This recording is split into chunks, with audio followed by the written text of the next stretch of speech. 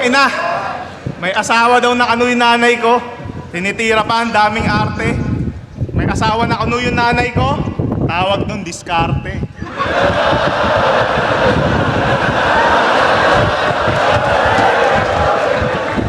Yan to eh. Hoy, tumingin ka sa akin.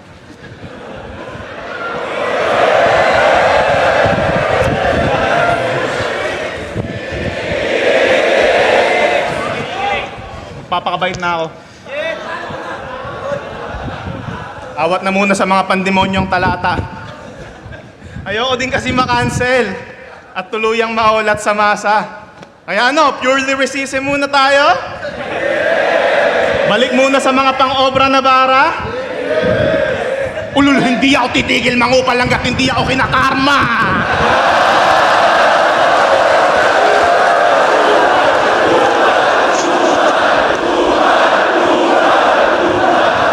Cancel. Ano ako, parcel?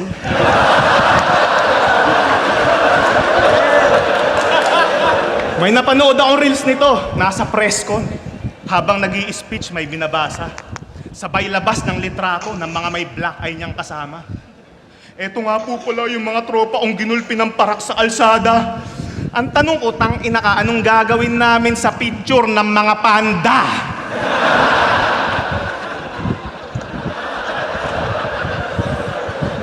Pa-atheist ka pa kasi.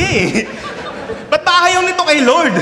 Eh para na rin kayo nagpepenitensya tuwing yung mga pulis, hinahataw kayo sa likod. Nakita niyo yung picture nito na nahuli siya ng pulis? Yung niyayabang niya ng lubusan? Kasi nakatakas naman daw siya sa kinauukulan? Ulul, kusa ka lang nilang pinakawalan kasi dagdag pa, lamunin ka sa kulungan. Tangina, ang bait pa nga nila eh. Kung ako yung pulis, Armalite yung bibit-biting ko sa gitna ng kaguluhan. Tututukan ko at pupuruhan tong mga tangang nagkukumpulan.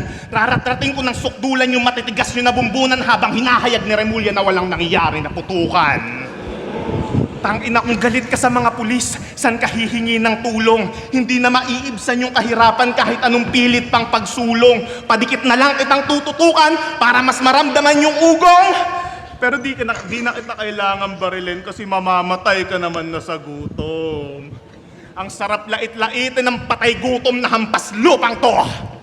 Ang sarap ding iboto ulit ni Marcos para lalo magkanda leche-leche buhay mo.